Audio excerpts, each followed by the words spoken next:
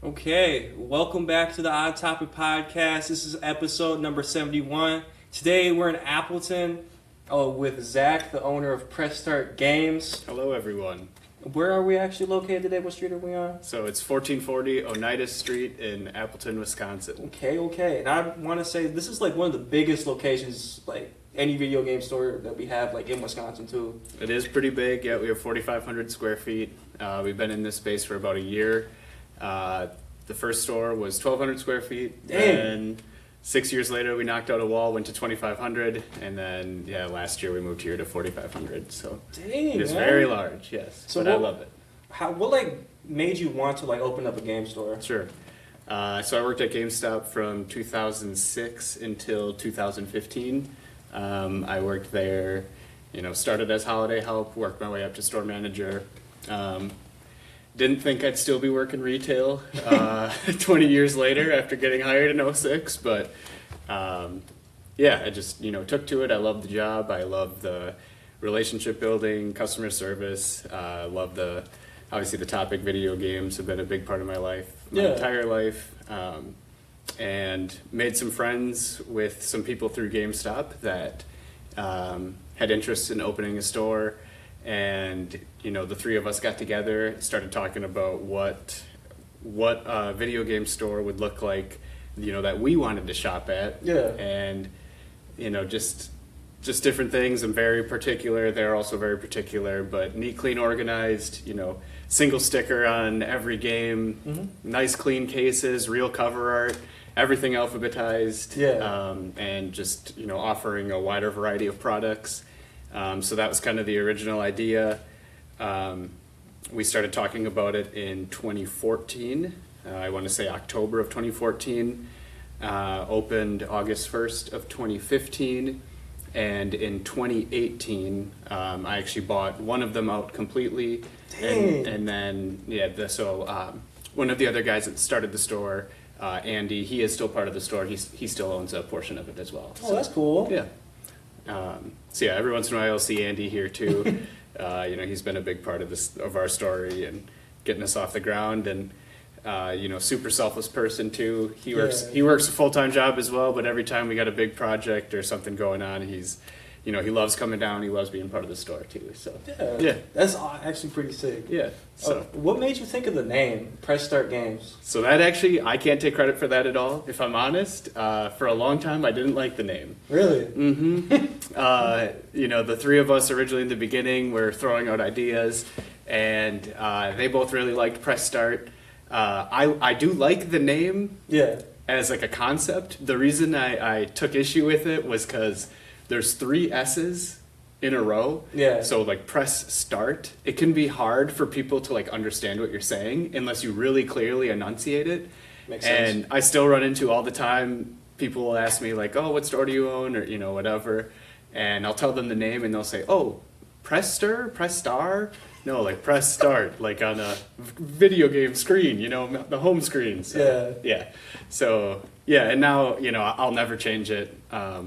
When I bought them out in 2018, I did consider changing the name of the store, but there's something special about it, but there's this idea called goodwill in business. A lot of times when you're evaluating a business's how much it's worth, there's kind of this intangible variable called goodwill, and part of that gets built up through name and recognition and just reviews and customer service. So there was too much goodwill with Press Start Games name, so I would never change it at this point. That is when we changed the logo though. Yeah. The logo used to be a more traditional NES style controller. Some of you may remember. Yeah. We had changed the colors of the buttons, so it was blue and green button instead of 2 red buttons. But there's a really awesome graphic designer in Appleton. He does work all throughout the area. His name is Jason Kobishop. If you need work done, he owns an awesome clothing brand and is just a super talented artist. That's sick. Yep. So I reached out to him and kind of told him what some of my ideas were, and our current Nintendo Power theme logo was kind of what I was looking for, and I've loved it ever since. So yeah, that's pretty sick. Yeah. How'd you think the design of the store? Because I see you got the blue walls, you got some art on the wall. You got even like posters and everything. How'd that come to play? So, I mean, just an evolution over time. But when we moved into this space, it was quite a big jump for us to go from 2,500 to 4,500 square feet. Obviously there was a pretty significant increase in our cost and risk and all of that. Fortunately, it's been amazing. Since we moved into the new space, we've been so busy. There's a lot of days where I just think, oh, maybe we should be closed for like a week so we can catch up. But, one of the first things that, I really considered when it came to taking on this larger space was, it was a fresh slate. The old store was awesome. I have so many fond memories of all the time that was spent in that store. Mm-hmm. When I look back at pictures of just the evolution of Press Start over the first 9.5 years, I can remember every iteration and how I felt when it happened. And but there was a lot of things in the old space where it was like just made do. It was basically like we'd be doing an expansion and we'd run out of time, or I wanted to get the floor done in there for so long. Yeah.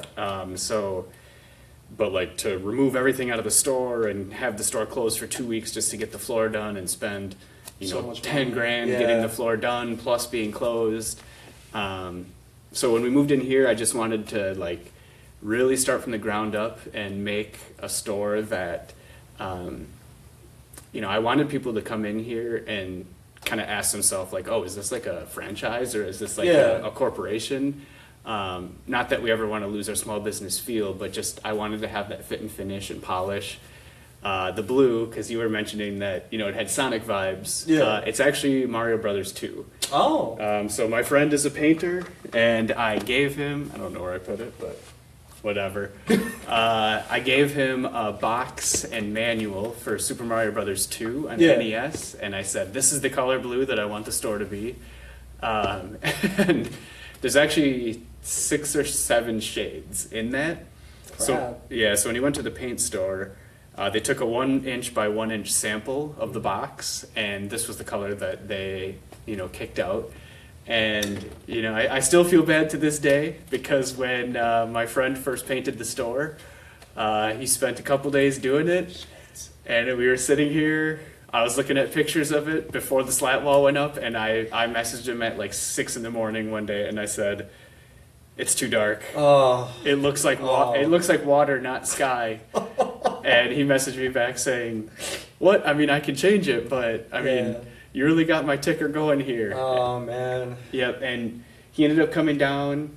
We hung up a piece of the black slat wall so that I could see it with the black versus the blue, and I was like, you know what, I'm okay with it. And now, I love the shade. So yeah, it's really cool. Yeah, it's Mario 2 blue.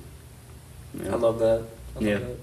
And then, you had asked about, I don't know if he'll throw some pictures in here, maybe in the beginning or the end, but we have a 10-foot Legend of Zelda Ocarina of Time mural on the wall in the entrance. Yeah.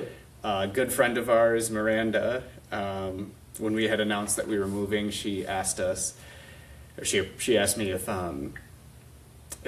she could paint something in the new space, and originally she wanted to do she had an idea of our logo with a bunch of Nintendo characters and PlayStation characters and Xbox characters around it. And her and her boyfriend, Cal, who actually Cal works here now, they're part of Zelda Dungeon. Oh. Yep, and so that's a big Zelda website, and they do a charity live stream every year. I know they love Zelda. We all love Zelda.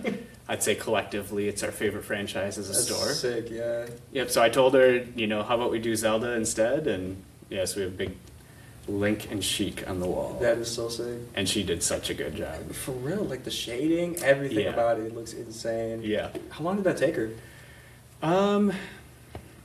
I don't know how many hours exactly. I gave her a key to the store, and she kind of just came and went as she could. But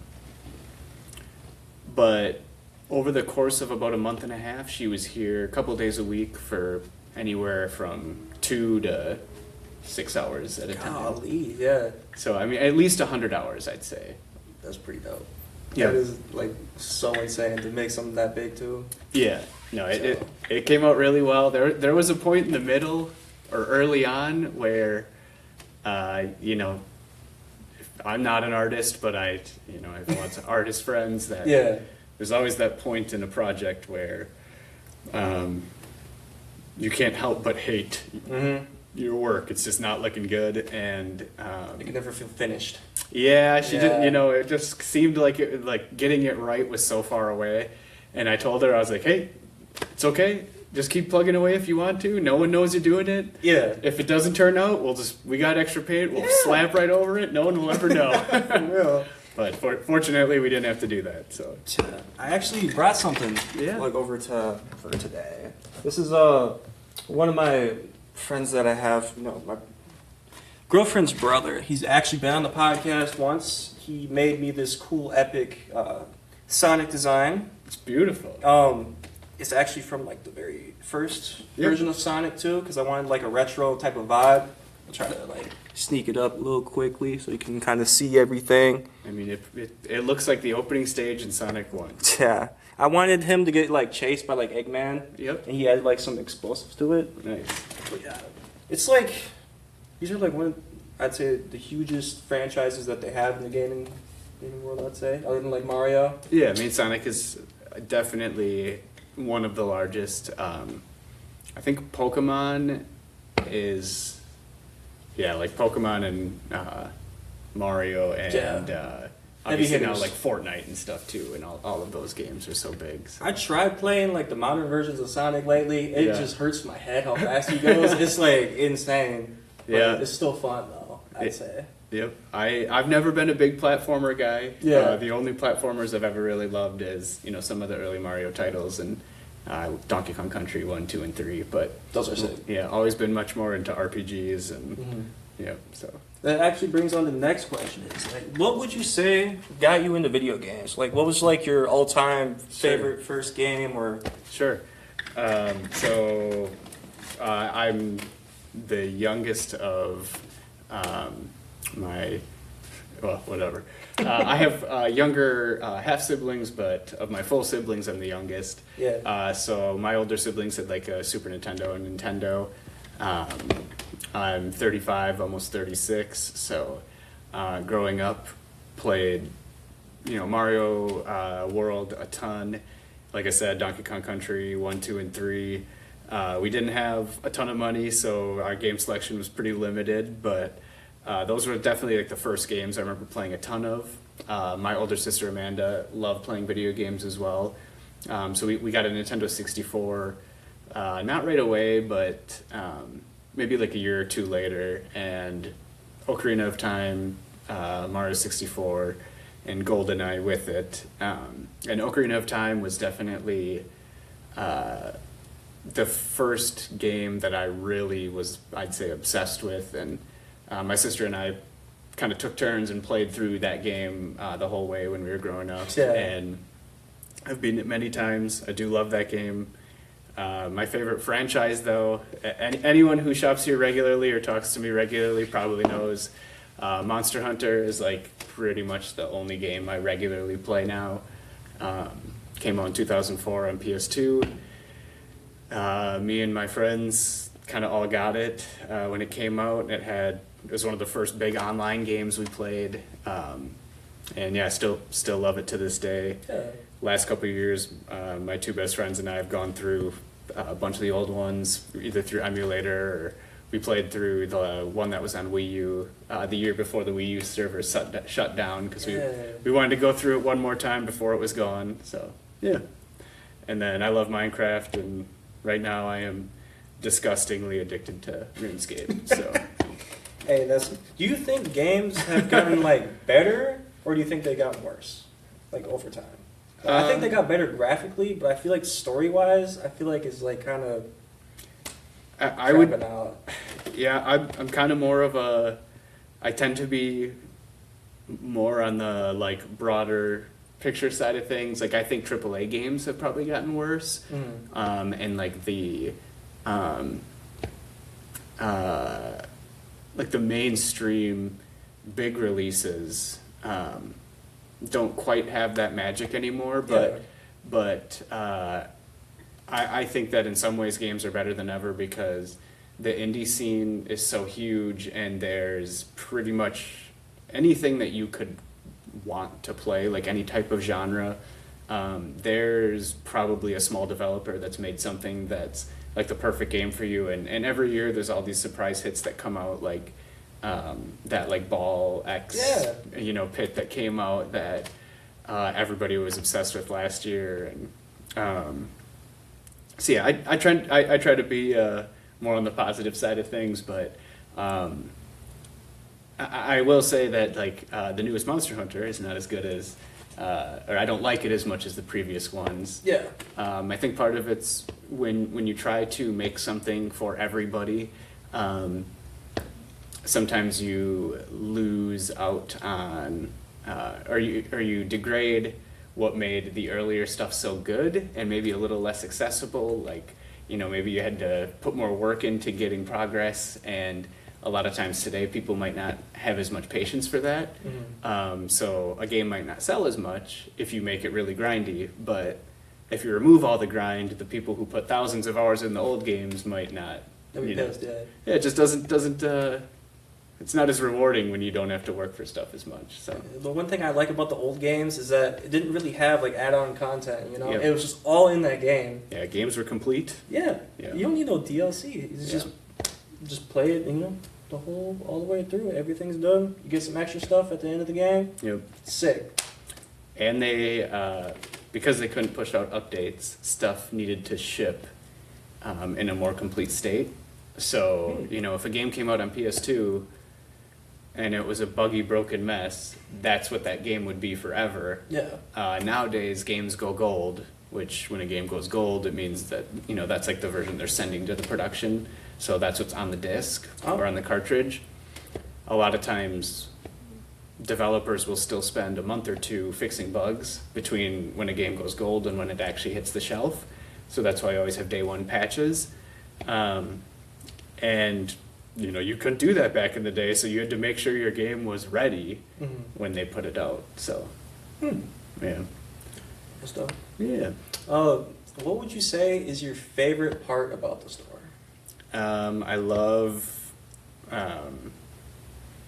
So I actually I didn't like dream of owning a video game store as a kid. Not at all. I always wanted to own a business, though. Yeah. I love business. I like running a business. It's definitely not for everybody. I'd say that the main thing that running, especially a retail store, that you need to keep in mind or think about if it's ever something you're trying to pursue is you're essentially just trying to put out every little fire that comes up.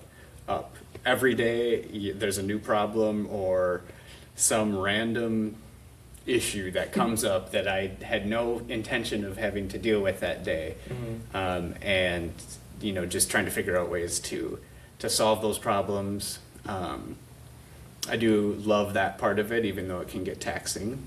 And I love customer service. I've been blessed with the gift of gab, so I talk way too much. And I love meeting new people through the store, having conversations with them, building relationships. And my staff, I have such a great time with them every single day. If I didn't have such a great crew, the store would not be even remotely close as good as it is, and I wouldn't love coming in as much either. Yeah, so I'm glad you found something you actually do love and enjoy doing, coming to every day. Yeah. Another great thing is that seeing someone come in and seeing like an old game they used to play, just like, whoa, I remember when I used to play this. Yep.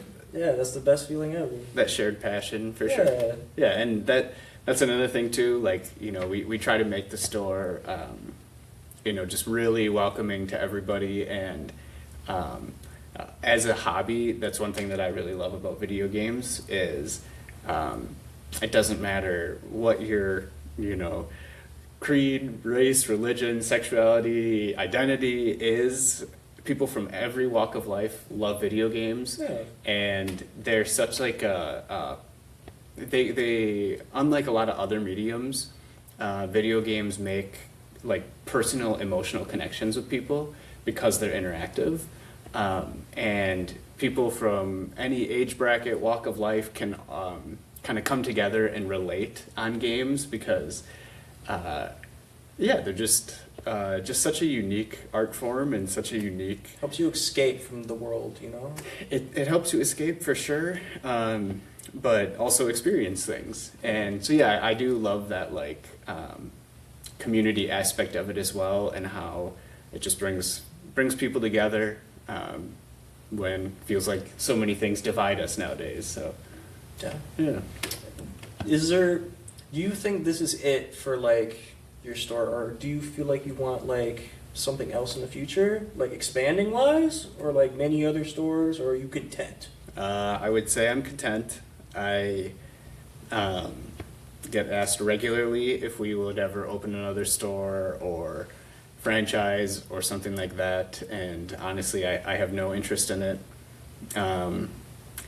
I'm not, I want to be comfortable. I like having the business be successful, but I'm not super driven by like making more money. In fact, the store has grown a ton. It's very successful, but I personally have made less money each year the last 3 years, and I'm totally okay with that. Yeah. As long as I can pursue my hobbies, I'd much rather put money into making the store better, because I just want people to come in here and have a great experience, and I want to have the most product anyone's ever seen. Yeah. Not because I want to make the most money on it, but because like, I get what you're saying. Yeah, I just want to have people to come in and just like love the experience, love the selection, and I want my employees to be well taken care of.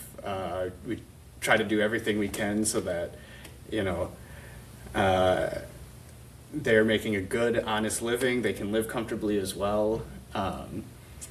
But another store is just so much more work, and I'd rather have one really good store than 2 or 3 stores that I might make more money off of it, but like they're not. Can't always be there. Yeah. Yep. And I'm not a very good. I often say that I'm a good leader. I think I'm actually a very good leader, but I'm not a good manager. And you need to be a good manager to run multiple stores. Yeah. So, yeah, I try to lead through example and by being here and all of that. But yeah, I'm not a good manager. So. Yeah. Although actually, all the other video game stores I've been with said this store is actually phenomenal. Well, thank you. Yeah, they really love this store when they come here. But I try very hard. We try really hard, and we're so blessed in this area. Yeah. I mean, we have Game Trade in De Pere. We have the Pad in Appleton. Start Over Games in Oshkosh. If you're more into like not. And obviously the Pad does a lot more than just video games. Yeah. But we have Chimera, we have Slick Mimics. It used to be Boardlandia. Gnome Games, Game Capital, Missing No, Blind Tiger, and Nina. Like, in the Fox Cities, we have so many awesome stores, and they're all run by awesome people. And we have customers all the time that will come in from, major metropolitan areas here to do work for KC or Oshkosh Corporation or Plexus, and they might be from Portland or LA or these cities that are kind of like known online to have like strong retro scenes, and they'll come into the store and just be like, what the heck's going on here? Like, I've gone to a couple stores in the area, and there's more stuff at these stores than anything in LA. So yeah, we're very lucky here for the nerds of this area. It's wide, crazy selection here. What would you say is like the most expensive game you got here, like ever? Yeah, so right now, like 2500 is kind of like the most expensive stuff we've ever sold. We've had a handful of titles that have gone through like KO Flying Squadron for Sega CD. I know now, I think that's over 3,000 now, but Yeah, we sold that for $2,500 a couple years ago. We sold a couple copies of Little Samson for NES in that range as well. Complete in Box Earthbound for $2,500. Crap. And then a couple years ago, I helped a friend of mine. I brokered a sale. So the most expensive thing I've ever been a part of is it was a sealed NES game that was Blockbuster exclusive. Oh. Very rare. Looking back, I definitely should have bought it for myself. But at the time, it wasn't. I just didn't know enough about it. I was too nervous to put that much money into it. But I ended up selling that for him outside of the store for $37,000. So that was the most expensive thing I've ever sold. So yeah. Oh my God. Yeah, but that that's a car. That's a car. Yeah. And now I didn't like buy it and resell it. I just did it as a favor to him because he's cool. Guy who used to own stores in the area and just kind of needed some funds. So yeah, that's really cool. And I see that you don't just sell games; you guys sell collectibles too. You sell like steering wheels for like the Mario games. Like Yeah. the Wii. Yeah. What would you say is like the most popular things that people usually get here? Sure. So I just went through all the data for last year. I mean, honestly, systems are the largest portion of our sales. Okay. Part of that's just because the average ticket is so much higher. But yeah, consoles themselves is our dollar amount, the biggest thing that we sell. But Nintendo Switch and PlayStation 4 are actually our best-selling game categories, which might surprise some people as we're primarily a retro game store, but we do have consistently the largest pre-owned selection of Switch games, honestly probably in the state as well. Yeah. We've had a lot of, I don't know what it is, but for the last couple of years we keep getting these huge Switch trade-ins in. We just bought 500 Switch games from someone in December. So that restocked us a bit after Christmas, but yeah, Switch and PS4 have a ton of turnover. We buy a ton of it, we sell a ton of it. For classic stuff, if we could get more of it, Nintendo 64 and GameCube are the two most requested sections. Yeah, those are phenomenal systems. Like I remember playing the GameCube all the time, but yeah. Yeah, and a lot of people aren't aware, but GameCube didn't do very well when it came out. There's not a ton of GameCube game copies of the games. Wow. The example I always give is a really high selling game on PlayStation 2 is going to be in the 15 to 25 million copies, whereas games saying that PS4 and the GameCube were just the most popular things. All right, so I was saying that. Yeah, however you edit this out. Here we go, we're back. Yeah. Someone came into the door. Yeah. Someone came into the store. We left the door unlocked. But, so, GameCube, the best-selling games on GameCube, sold only a couple million copies. Yeah. I think Smash Melee is the best-selling GameCube game, and I could be wrong on this. I think it's about 10 million copies. Still crazy. Which is a lot of copies, but there's a bunch of PS2 games that sold over 20 million. And even, I think Grand Theft Auto San Andreas and Gran Turismo 3 are closer to 30 million. So there's just way more copies of those games. And now everybody wants GameCube games. Ain't that crazy? Yeah.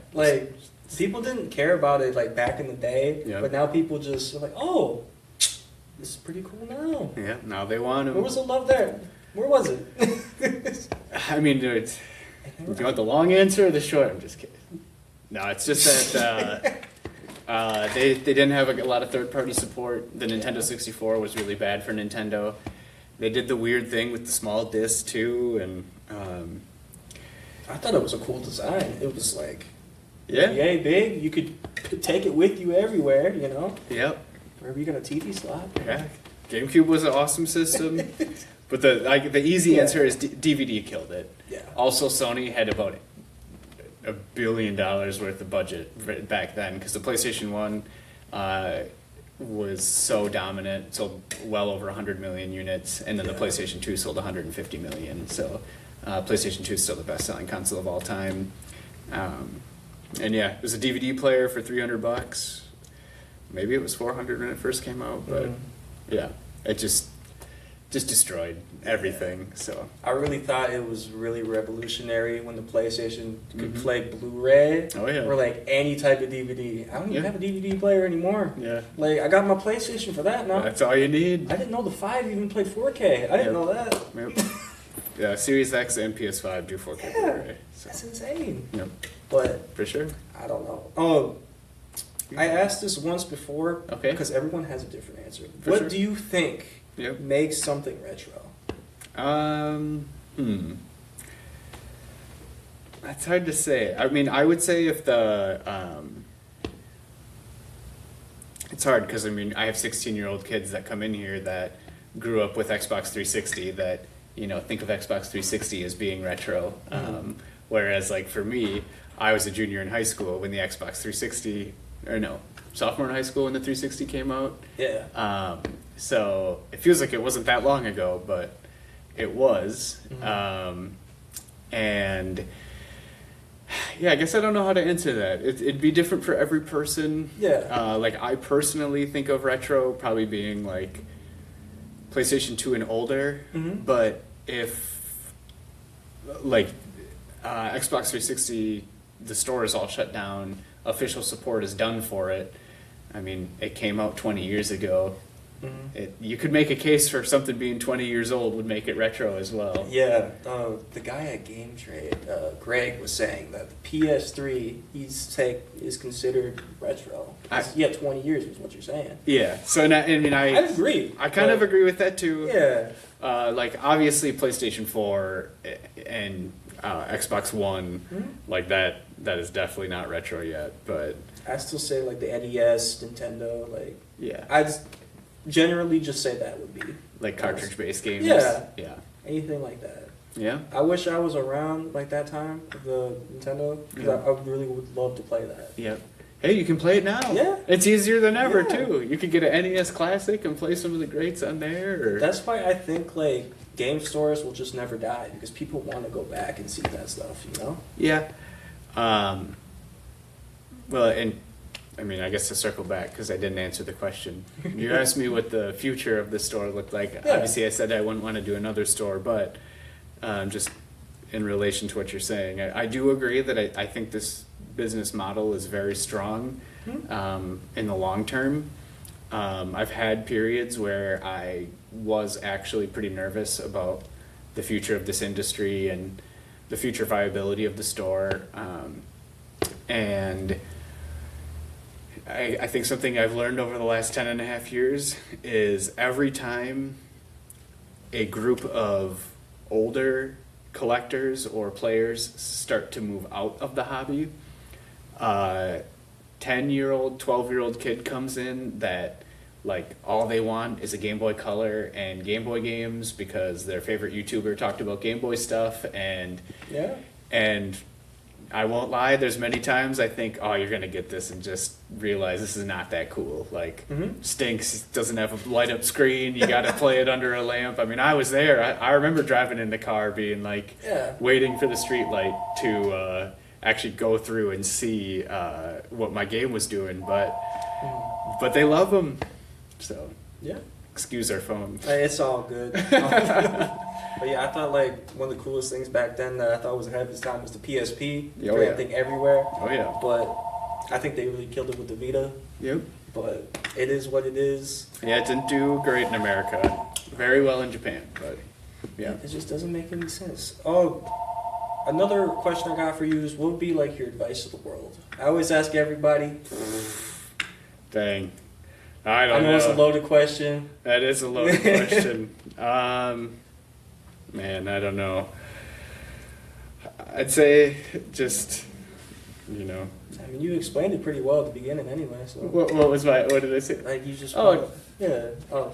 Well, no, I forgot. What did I say in the beginning? I don't know. You just want to see like, you want to do something with like your buddies and just inspire some people, that come in through the door. Yeah, for sure. Do something different, that not everyone's doing. Have your own thing, not always worried about someone else. Yeah. You know? Well, and I guess I'd end with this then. You know, I try. I'm a very disenfranchised political person. There's a lot of rough stuff that goes on in the world today. There's a lot of angst and animosity and division, and you know, whenever that type of conversation gets brought up, I just for a long time now, I try my best to positively impact my community and the people around me, and you know, just truly love on people. And sometimes I feel like that's the only thing I can control, and you know, I just always try to do that, and you know, fail at it often, but we're always going to. Yeah. But yeah, just take care of each other, love on people, and you know, do unto others as you want others to do unto you. That's amazing. Yeah. That's amazing. But yeah, thank you again for being out here. It truly means a lot. This is actually the second one that we ever did in Appleton. Okay. Truly an honor. Well, thank you. Hey, no problem. It was fun. Yeah, it was actually really cool. It was funny that people kept trying to walk in the door, but it is what it is. Well, and so we're closed on Mondays. It's Yeah. Monday at 12:52, and we've been closed on Mondays for about 5 years, I want to say. Yeah. But yeah, I'll come in every once in a while and clean, and yeah, it never fails. I feel bad, Yeah. but it is what it is. Yeah. But thank you for even opening welcome. for just me coming here. You're It welcome. truly No does mean a problem. lot, though. And yeah, and you know what? I'm gonna shout out the boys at the pad too, because they're actually moving. And Yeah, I know they you got a said new location. I know, yeah. and I know you said that you're gonna try to go over there Yeah. and do another interview in their new space. So I'm looking forward to seeing it. This is gonna be sick. Yeah, I mean, like I said, my store's 4,500 square feet. I know they're moving to 20,000 square feet. It's So fucking crazy. I know, and I think they're only going to be using 10 at first, but Yeah. I'm excited to see what they do with it, and you know, those are great guys. They Deserve all the deserve it. love, Yeah, you know? for sure. They Yeah. they definitely deserve it. They've earned it. So yeah, keep it up, boys. Yeah, this would be crazy. But yeah, thank you guys for being in this. Can't wait to see you guys in the next one. Thank you again. See you later. See you guys.